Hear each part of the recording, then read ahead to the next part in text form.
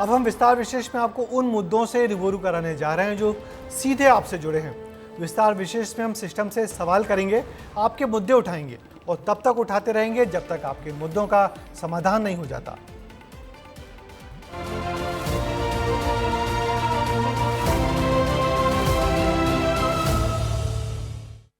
मध्य प्रदेश में इन दिनों बड़े स्तर पर गेहूं खरीदी जारी है। खरीदी के बाद गेहूं वेयरहाउस में सुरक्षित रखा जाता है, लेकिन क्या ये वेयरहाउस में सुरक्षित है या फिर यहाँ अच्छा खासा गेहूं घोटालों की भेंट चढ़ जाता है? कैसे होता है गेहूं खरीदी में करोड़ों रुपए का फर्जीवाड़ा और कैसे दिया जाता है अंजाम इस पूरे खेल को? फर्जीवाड़े से जुड़ी हर कड़ी को हम विस्तार से दिखाएंगे, साथ ही बताएंगे कि इन घोटालों में कौन कौन शामिल होते हैं। हमारा मकसद गेहूं खरीदी की प्रक्रिया पर सवाल उठाने का नहीं, बल्कि जिम्मेदारों को सचेत करने का है।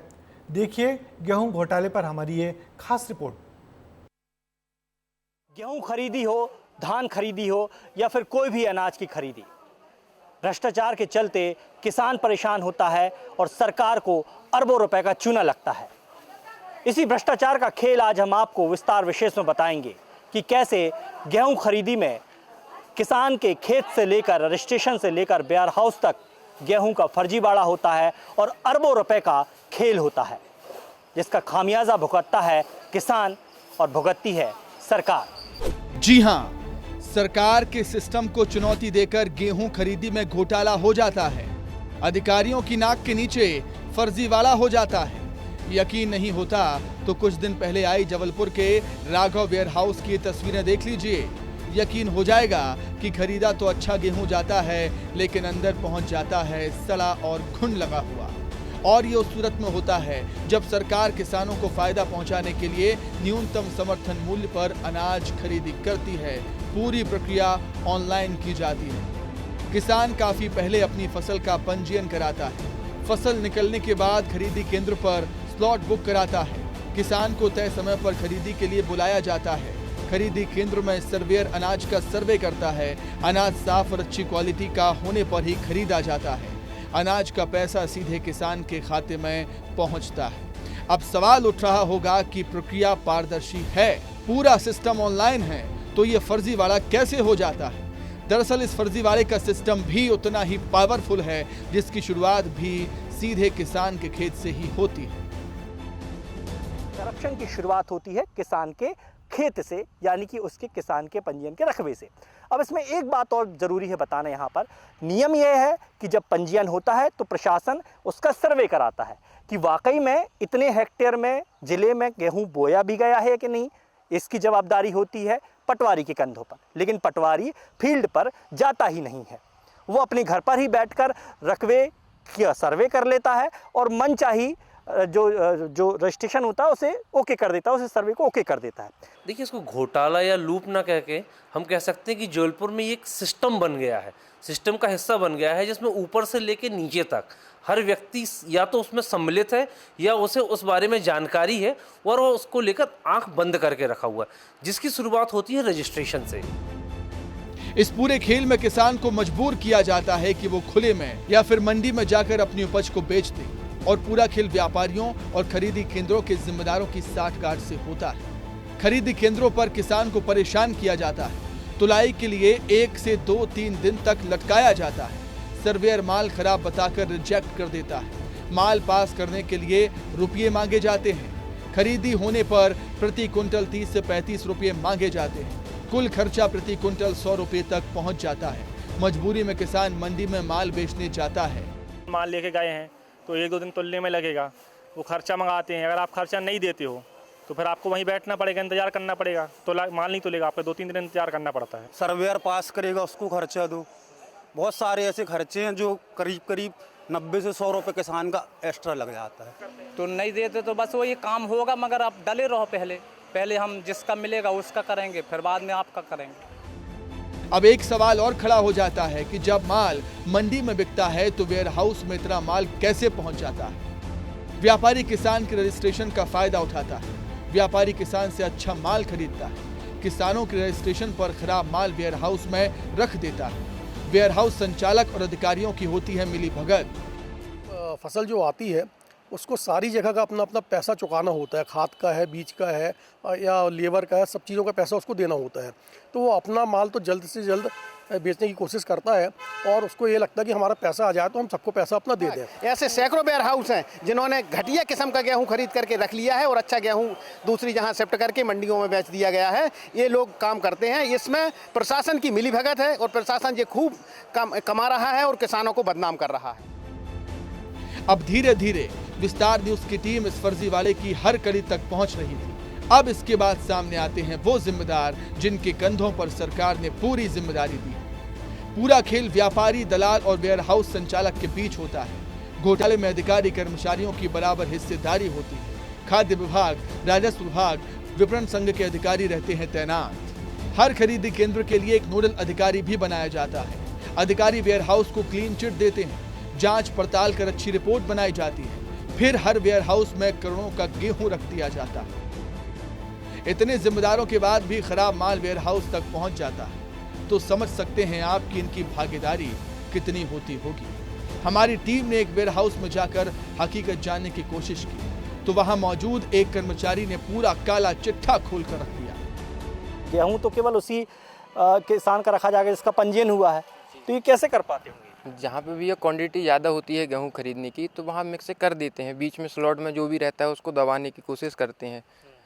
सर्वेयर जो भी रहते हैं वो लोग दबा देते हैं जिसको पता भी न चले। माल चेक होता है साइड का और ऊपर का थोड़ा बहुत, इससे ज़्यादा कुछ चेक भी नहीं करते। तो ये जो माल लाते कहाँ से हैं? ये जो सड़ा हुआ घुना हुआ गेहूँ है ये कहाँ से लाते हैं? ये सब वेयर हाउस में पड़ा रहता है भैया, कुछ स्टॉक में रहता है, जो भी व्यापारी लोग रहते हैं उनके पास रखा रहता है। वो माल शायद दे देते होंगे या बेच देते होंगे कम रेट पे। यह 1000-2000 कुंटल का नहीं बल्कि लाखों कुंटल का जब घालमेल होता है तो वो रकम अरबों रुपए में पहुंच जाती है। अंदाज़ा लगाया जा सकता है कि अरबों रुपए का चूना सरकार को लगाया जाता है और किसानों के हक का लिया जाता है। जबलपुर कलेक्टर दीपक सक्सेना लगातार इन फर्जीवालों को रोकने के लिए एक्शन मोड में हैं। अधिकारियों पर कार्रवाई कर रहे हैं और घोटालों को रोकने के लिए सख्त कदम उठाने की बात भी कर रहे हैं। FIR करना ही अपने आप में सबसे अल्टीमेट और सबसे सख्त कार्रवाई है। जो कार्रवाई हम कर सकते थे हमने वहाँ एक एक स्टेप को तोड़वाया, पूरे गेहूं की चेकिंग की, जितने लोग इन्वॉल्व थे सभी सरकारी अधिकारियों को सस्पेंशन किया, उनकी डी स्टार्ट कर रहे हैं। जितने प्राइवेट लोग इन्वॉल्व थे सारे प्राइवेट लोगों के खिलाफ FIR की। FIR करने के बाद उनकी गिरफ्तारी सुनिश्चित की जाएगी। गिरफ्तारी के बाद जो चालान पेश करने के बाद हम पूरा प्रभावी निरीक्षण करेंगे ताकि ये सही अंजाम तक ये केस पहुँचे। विस्तार न्यूज ने गेहूं खरीदी घोटाले को परत दर परत खोलने की कोशिश की, हर कड़ी को सामने लाने का प्रयास किया और अब तस्वीर एकदम साफ है। ये पूरा सिस्टम है जिसमें ऊपर से लेकर नीचे तक सभी शामिल होते हैं। अब देखना होगा कि कैसी सरकार इस फर्जीवाड़े पर लगाम लगाएगी ताकि किसान, व्यापारी और वेयर हाउस संचालकों की मिलीभगत का शिकार ना हो। अब सवाल फिर वही, घपले घोटाले लगातार जारी हैं लेकिन कार्रवाई के नाम पर केवल दिखावा हो रहा है। हमारी इस खबर को दिखाने का मकसद सरकार की आंखें खोलना है कि करप्ट हो चुके इस सिस्टम को आखिरकार कैसे सुधारा जाएगा। कैमरामैन रवींद्र के साथ दुर्गेश कुमार, विस्तार न्यूज़। ये तो रही गेहूं खरीदी में घोटाले की पूरी पड़ताल। अब खरीदी में फर्जीवाड़े का दूसरा तरीका भी आप देख लीजिए। आप हैरान रह जाएंगे कि इस कदर भी फर्जीवाड़ा हो सकता है। खबर कटनी से है जहां सर्वे करने वाला सर्वेयर ही फर्जी निकला और ये खेल भी पूरी प्लानिंग के साथ खेला जाता है जिसमें छला जाता है सिर्फ और सिर्फ हमारा किसान। गेहूं खरीदी केंद्रों पर मनमर्जी, सर्वे कर रहे सर्वेयर ही फर्जी। कैमरे से बचकर भाग रहे इस जनाब का नाम केके है। केके कटनी के विजय राघव में देवश्री गांव के सुविधा वेयर हाउस पर गेहूं खरीदी केंद्रों पर सर्वेयर का काम कर रहे थे। विस्तार न्यूज की टीम पहुंची तो केके साहब घबरा गए, भागने की कोशिश करने लगे क्योंकि ये साहब तो सर्वेयर हैं ही नहीं, यहाँ पर तो ब्रजेश कुमार को तैनात किया गया है। एक बड़ा घोटाला सामने आ रहा है। यह लिस्ट देख सकते हैं कि विपणन केंद्र के द्वारा लगभग 28 लोगों के सर्वेयर पे नाम जारी किए गए हैं और यही लोग जो हैं वह गाड़ियों को पास करते हैं और क्वालिटी चेक करते हैं। लेकिन इन सर्वेयरों में जो नाम आ रहे हैं सामने, इसमें से जब लोगों को देखा गया, मौके पर जाके देखा गया, तो कुछ लोग मिले नहीं और जो मिले तो उनकी जगह पर दूसरे लोग काम कर रहे थे। अगर बात की जाए तो विजरावगढ़ का एक केंद्र ऐसा है, जब जाके देखा गया तो ब्रजेश कुमार की जगह वहाँ के कुमार काम करता हुआ पकड़ा गया। जब उससे पूछा गया तो उसके द्वारा ये कहा गया कि मुझे यहाँ बैठाल दिया गया है, 2 दिन हुए हैं। इस तरह से आप समझ सकते हैं कि किस तरह से जो काम है गेहूँ खरीदी का और जो पास किया जा रहा है वह कैसे किया जा रहा है। अब चलिए पहले समझ लीजिए कि आखिर सर्वेयर नियुक्त कैसे होते हैं। दरअसल भोपाल की आरबी एसोसिएट्स को सर्वेयर की नियुक्ति का जिम्मा मिला हुआ है। 28 सर्वेयर और 28 उपार्जन प्रभारी नियुक्त किए गए हैं। विपणन संघ मर्यादित ने लिस्ट को जारी किया है। लिस्ट में नाम और नंबर के साथ जगह का जिक्र भी है। सुविधा वेयर हाउस खरीदी केंद्र पर उपार्जन प्रभारी की भूमिका भी संदिग्ध नजर आई। वो भी मौके पर मिले नहीं। इस पूरे मामले में बीजेपी किसान मोर्चा के जिला मंत्री भी विस्तार न्यूज के साथ मौजूद रहे और उन्होंने पूरे मामले की शिकायत अधिकारियों से की है। हमारे चैनल के द्वारा आपके सहयोग से एक बड़ा घोटाला पकड़ा गया है, क्या है, किन लोग शामिल हैं? मेरे को ऐसी जानकारी लगी कि सर्वेयरों के नाम पे यहाँ पर बहुत ज़्यादा फर्जीवाड़ा चल रहा था और सभी समितियों से ये जो है पैसों की वसूली कर रहे थे, जबकि परिवहन में इनका कोई लेना देना नहीं होता है। ब्रजेश कुमार नाम से एक शिकायत मेरे पास आई थी कि एक वेयर हाउस है, वहाँ पास ब्रजेश कुमार करके एक लड़का है जो कंपनी ने सर्वेयर के रूप में नियुक्त किया है, लेकिन वो फर्जी है। लेकिन जैसे ही मैं वहाँ गया और देखा, मैंने उस व्यक्ति से बात की कि आपका नाम क्या है, तो उसने मेरे को बताया कि मेरा नाम के है और मैं ब्रजेश कुमार के नाम से यहाँ काम कर रहा हूँ। तो मैंने उससे पूछा कि आखिर आप किसके कहने पे यहाँ बैठे, तो उसने कहा कि मैं यहाँ पास अपने सुपरवाइज़र के कहने पे बैठा हूँ। जिस तरह से लगातार ये बड़ा फर्जीवाड़ा आया है, अब आप जो सत्तारूढ़ पार्टी के भी हैं, अब आगे आप लोग क्या करेंगे? हाँ, हमने तुरंत ही, जैसे ही हमने वहाँ पास जाके चेक किया, हमको वहाँ पास अनियमितताएँ पाई गई, तुरंत ही हमने जाके कलेक्टर महोदय को आवेदन दिया है और उनसे मांग की है कि इसकी जाँच की जाए। इस दौरान गेहूं खरीदी केंद्रों पर चल रहे एक अलग ही फर्जीवाड़े का भी खुलासा हुआ। सेंट्रल वेयर हाउस के सर्वेयर ने बताया कि कैसे उनके ऊपर माल को रिजेक्ट करने और पास करने का दबाव आता है। तो परिवहन में क्या रहता है सर, जैसे समितियों से वाहन आते हैं तो उनको वाहन में अपन को क्वालिटी चेक करना रहता है। तो सर इसमें क्या रहता है, कुछ गाड़ियों में तो अच्छा माल आता है, लेकिन क्या रहता है कि हमको दबाव बनाया जाता है ऊपर हमारे सुपरवाइजर के माध्यम से कि आपको कौन सी गाड़ी कौन सी समिति की रोकना है, कौन सी समिति की गाड़ी को आपको रिजेक्ट करना है। विस्तार न्यूज संवाददाता यश खरे ने जब विपणन विभाग के कार्यालय जाकर अधिकारी से बात करनी चाहिए तो कार्यालय पर केवल डेटा ऑपरेटर मौजूद मिले और पूरा कार्यालय खाली पड़ा था। अब ऐसे में आप अंदाजा लगा सकते हैं कि जब पूरे जिले में खरीदी जैसा अहम काम हो रहा हो तो जिम्मेदारों का ये रवैया कितना ठीक है। खाली पड़ा कार्यालय अपने आप में इस बात को बताता है कि इस पूरे खेल में हिस्सेदारी कहां तक होगी। विस्तार न्यूज के लिए यश खरे की रिपोर्ट। अब बात करेंगे छत्तीसगढ़ की।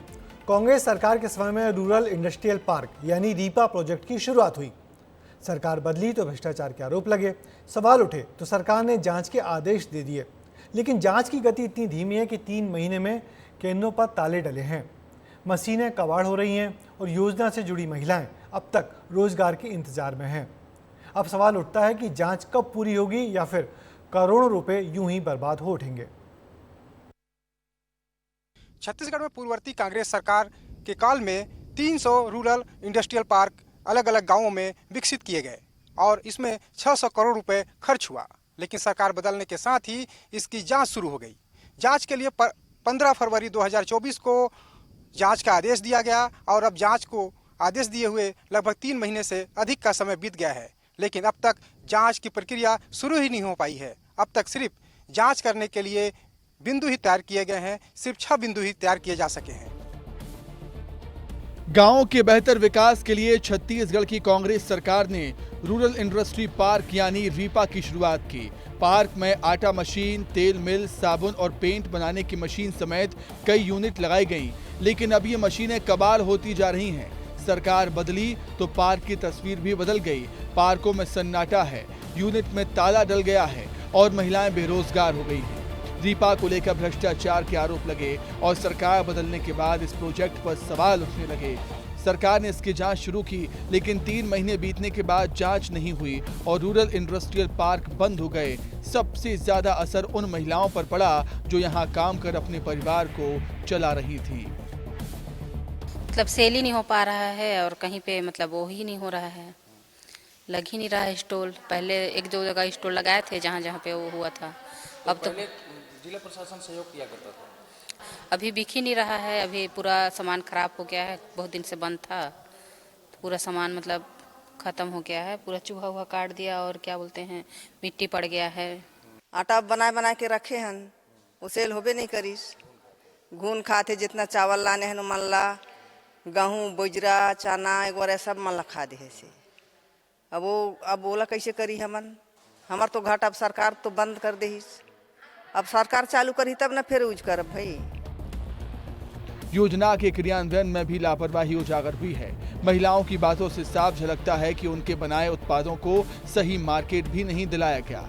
अधिकारियों ने सिर्फ कागजों में ही ये योजनाओं का गुणगान किया है, जबकि ये योजना सरकार की खास योजनाओं में शुमार थी। इस योजना के लिए करोड़ों रुपये पानी की तरह बहाए गए थे। छत्तीसगढ़ में 300 रूरल इंडस्ट्री पार्क बनाए, हर पार्क में 2-2 करोड़ रुपए खर्च किए गए। तेल मिल, साबुन यूनिट, मुर्रा मशीन समेत कई यूनिट लगाए। पार्क के कामकाज में महिलाओं को शामिल किया गया। सरगुजा जिले में रीपा के तहत 12 पार्क खोले गए। जांच के दायरे में 146 विकास खंडों के 300 रीपा केंद्र हैं। प्रदेश के सभी रीपा केंद्रों में ताला लगा है। मशीनों की खरीदी समेत और योजना को लेकर भ्रष्टाचार की जांच हो रही है, जिसके बाद कई जिम्मेदारों पर गाज भी गिर सकती है। इस संबंध में है जो नई सरकार से उनसे अभी गाइडलाइन प्राप्त नहीं हुई है कि उसमें क्या कार्य योजना है और कैसे उसको प्लानिंग से काम करना है। इस दृष्टिकोण से अभी फ़िलहाल तो वर्तमान में बंद है, लेकिन एक और भी है कि वर्तमान में कुछ टीम आ रही है स्टेट से, जो जांच एजेंसी है, उनके माध्यम से कुछ जांच भी की जा रही है। जांच उपरांत उसमें जैसा ऊपर से डिसाइड किया जाएगा उसके हिसाब से कार्रवाई की जाएगी। अब देखना होगा कि जांच कब होगी और कब अंजाम तक पहुंचेगी, क्योंकि ये वो योजना है जिसमें करोड़ों रुपया खर्च किया गया है। अगर जल्द ही सरकार किसी नतीजे पर नहीं पहुंचती है तो करोड़ों की मशीनें और पार्क कबाड़ हो जाएंगे। वहीं प्रदेश की करीब 6000 महिलाएं भी बेरोजगार ही रह जाएंगी। यहाँ आटा चक्की से लेकर चना और मूरा बनाने वाली मशीनें तक चल रही थीं, लेकिन अब सब कुछ बंद है। अब महिलाओं को इंतजार है, साथ ही साथ इसे संचालित करने वाले अधिकारियों को भी इंतजार है कि आखिर सरकार का क्या दिशा निर्देश मिलता है, उसके बाद आगे का काम होगा। लेकिन बड़ी बात यह है कि सरकार को इस दिशा में जल्दी पहल करना चाहिए, ताकि जो भी मशीनरी यहाँ पे लगे हुए हैं उनका सही तरीके से उपयोग हो सके और वो खराब न हो। वीडियो जर्नलिस्ट आकाश प्रधान के साथ दिलीप जायसवाल, विस्तार न्यूज। भ्रष्टाचार तो जैसे आज के सिस्टम का हिस्सा ही बन चुका है। करप्शन की जड़ें काफ़ी गहरी हो चुकी हैं और इसकी जीती जागती मिसाल है बिलासपुर की अरपा भैंसाझार नहर परियोजना। ये नहर भ्रष्टाचार का जरिया बन चुकी है। 10 साल से काम जारी है, लेकिन काम कब पूरा होगा किसी को भी अंदाजा नहीं है। नहर को लेकर देखिए हमारी ये खास रिपोर्ट। भ्रष्टाचार का जरिया बनी अरपा भैंसाझार नहर, क्या जिम्मेदारों की नहीं है प्रोजेक्ट पर नजर? 10 साल में 600 करोड़ से 1200 करोड़ की हुई। अधिकारियों की तरफ घूम रही भ्रष्टाचार की सुई। छत्तीसगढ़ के बिलासपुर में एक नहर पिछले 10 साल से भ्रष्टाचार का बड़ा जरिया बनी हुई है। इस नहर का नाम है अरपा भैंसाझार नहर और यह नहर कोटा के भैंसाझार गांव से अरपा तक आई हुई है। पिछले 10 सालों से यह नहर बन रही है, लेकिन बड़ी ही हैरानी की बात है कि आज तक यह नहर बन नहीं पाई है। जी हां, अरपा भैंसाझार नहर परियोजना 10 साल पहले इसकी नींव रखी गई। 1 दशक बाद भी ये नहर बनकर तैयार नहीं हुई। ये नहर किसानों के खेत तक पानी पहुंचाने का जरिया तो बन नहीं पाई, लेकिन भ्रष्टाचार का जरिया पिछले 10 साल से बनी हुई है और अभी कितने दिनों तक ये भ्रष्ट तंत्र के लिए कमाऊ पूत बनी रहेगी, ये कहना भी मुश्किल है। ये नहर जिसमें कथित रूप से 1200 करोड़ रुपए खर्च किए जा रहे हैं, इनमें देखिए गाद भरा हुआ है, घास दूर दूर तक दिख रही है। पहली निगाह में ही ये समझ में आ जाएगा कि जब भैंसाझार से इसमें पानी छोड़ा जाएगा किसानों के खेतों के लिए, तो कैसे वो फ्लो में आएगा, क्योंकि पहले काम तो यहाँ जल संसाधन विभाग को लाइनिंग का करना था। उस लाइनिंग के काम में ये जितने कचरे हैं, गाद हैं और बाकी चीज़ें हैं, ये सब हटानी थी। और दूसरा जो है, इसमें पानी की फ्लो को सही करना था। बड़ी बात यह है कि हमने कुछ किसानों से भी बात की है जिनका स्पष्ट कहना है कि इस नहर का कोई विशेष फ़ायदा उन्हें नहीं मिल रहा है। और आगे इधर जल संसाधन विभाग के अधिकारी भी बताते हैं कि कुछ काम अभी बाकी है। 10 साल का लंबा वक्त लेकर आप नहर की हालत देखकर अंदाजा लगा सकते हैं कि जल संसाधन विभाग किस शिद्दत के साथ इस काम में लगा हुआ है। नहर का काम अभी भी अधूरा है। पानी का फ्लो सही नहीं है, खेतों तक नहीं पहुंच पा रहा पानी। कई जगह आधा अधूरा नहर निर्माण है। नहर में जगह जगह गाद जमी है। नहर की साफ सफाई भी नहीं है। खेत खार में पानी भी नहीं मिला थे, धान भी नहीं होते, गेहूँ भी नहीं होते, लागा हो जाते। खेत में पूरा पानी ही नहीं है, बहसा जा रहे पूरा। कांग्रेस सरकार रही से पूरा आत रही से पानी, भाजपा सरकारें तो नहीं कुछ नहीं आते, खाली बड़े आदमी ही ले बनाते हो। अभी वर्तमान तक तो कोई भी लाभ नहीं है। उसमें पानी आने में असुविधा है, अवरोध है। कहीं कहीं पे अरपा भैंसाझार का काम पूरा नहीं होने के कारण, बीच बीच से कनेक्ट नहीं होने के कारण से गांव तक पानी नहीं आ रहा है। ये तो बात नहर के काम की हुई। अब ये भी जान लीजिए कैसे ये नहर भ्रष्टाचार का जरिया बनी, कैसे ठेकेदार को लाभ पहुंचाने का काम किया गया। सबसे पहले राजस्व विभाग का कारनामा, जमीन अधिग्रहण में 10 करोड़ का घोटाला। बिना जमीन वालों को दिया मुआवजा। चहेतों को जमीन ज्यादा कीमत पर अधिकृत की गई। गड़बड़ी में 8 अधिकारियों के नाम हैं। कुछ रिटायर, कुछ निलंबित चल रहे हैं। जल संसाधन विभाग ने पहुंचाया ठेकेदार को लाभ। 600 करोड़ से शुरू हुई योजना 1200 करोड़ तक पहुंच गई। खनन विभाग का नाम भी इस फहरिस्त में शामिल है। 10 साल का लंबा वक्त, घोटालों की लंबी फहरिस्त, आधा अधूरा निर्माण कार्य। लेकिन जब जल संसाधन विभाग के अधिकारियों से बात की तो वह भ्रष्टाचार पर बोलने से बचते रहे और ये भी जवाब नहीं दे पाए कि आखिर ये नहर कब तक बनकर तैयार होगी। इस प्रोजेक्ट को पूर्ण करने के लिए सार्थक प्रयास किया जा रहा है। कब तक पूरा हो जाएगा सर? इस संबंध में डेट दिया जाना संभव नहीं है। इस संबंध में कोई भी स्टेटमेंट देना अच्छा नहीं होगा। यानी अधिकारियों के पास आज भी कोई जवाब नहीं है। उनके बोलने का अंदाज बताता है कि इस पूरे खेल में पूरा सरकारी तंत्र शामिल है। अब देखना होगा कि कब तक इस नहर का काम होगा या फिर इस नहर के नाम पर भ्रष्टाचार का पानी सरकारी दफ्तरों तक पहुंचता रहेगा। विस्तार न्यूज के लिए आशीष दुबे की रिपोर्ट। तो हमने आपको आपसे जुड़ी हुई खबरें दिखाई, आपके मुद्दे उठाए। आगे भी हमारी कोशिश रहेगी कि विस्तार विशेष में आपके मुद्दों, आपकी खबरों को प्रमुखता से जगह मिले। अब मुझे दीजिए इजाज़त, आपसे फिर मुलाकात होगी आपकी खबरों के साथ। तब तक के लिए नमस्कार।